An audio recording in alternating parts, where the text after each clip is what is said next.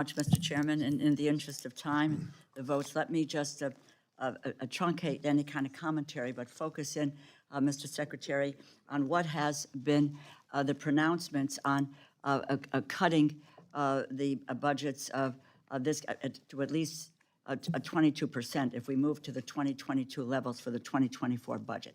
With regard to Amtrak, that would mean a $540 million cut to Amtrak. What would be the real-life impact for Amtrak to sustain this, the scale of a cut?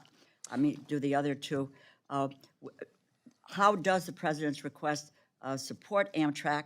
How can the Consolidated Rail Infrastructure and Safety Improvements, the CRISI program, and the Federal-State Partnership for Intercity Passenger Rail Grants program provide funding to provide critical lines for the Northeast Corridor and sustain and improve performance? Let me also add one more to that, which is really alarming about the potential to FAA and the nation's air traffic controllers if we move to these areas. So those three. I will also make an addendum. Heritage Foundation, which a number of my colleagues support, a very prestigious think tank, has talked about eliminating the rebuilding of American infrastructure with sustainability and equity, the RAISE program, federal-state partnership and intercity rail grants, capital investment grants, and phasing out the grants to the National Rail Passenger Service Corporation. So these cuts, or the potential of these cuts, is real. It's not just speculation. So if you could just answer these the questions. Well, eliminating a program like RAISE would mean that hundreds of communities would miss out on the opportunity to make improvements that are benefiting everything from supply chains to physical safety of travelers. And I could point to every part of the country where those projects are underway. We get dramatically more, even at the robust funding levels we have, we get dramatically more demand than we can meet. And so we know that communities have a need. It would be a terrible loss, I think, to not have the opportunity to help meet that need. With regard to Amtrak, the budget requests $3.1 billion, and that's to fund base operating capital and debt service requirements. This would be in addition to the advance appropriations.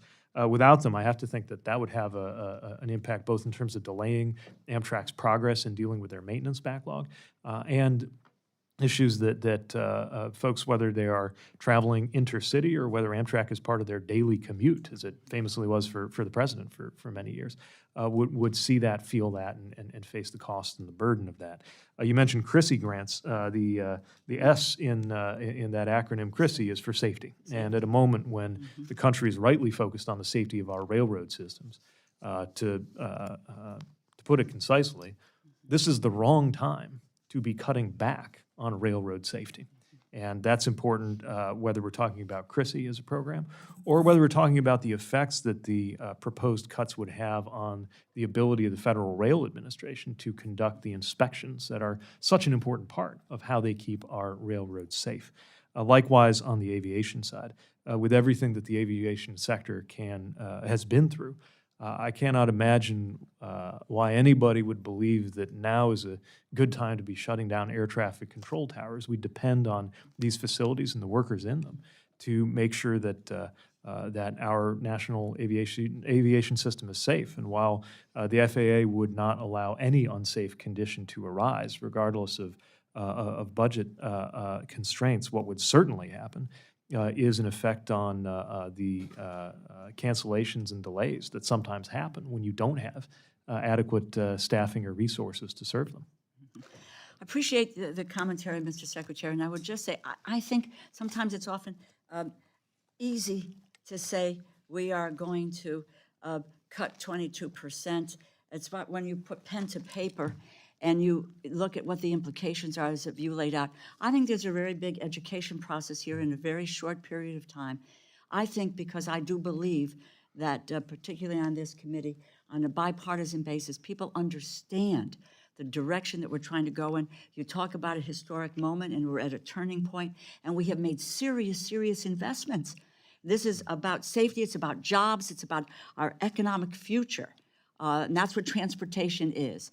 And so that, but I think with the understanding of what the devastation of what we would inflict on our economy and on the public and in their public's best interest, I would work with you to help get that information out and to talk through how we may be able to really encourage people to say, we can't go down this road. Let's think about how we can deal with spending, but let's not, move in that direction. So thank you very, very much for all your efforts and your commitment to the job. So thank you. Thanks very I'm much. likely not to come back, after votes Understood. because there's others. So I appreciate being here with you this morning. Thank you.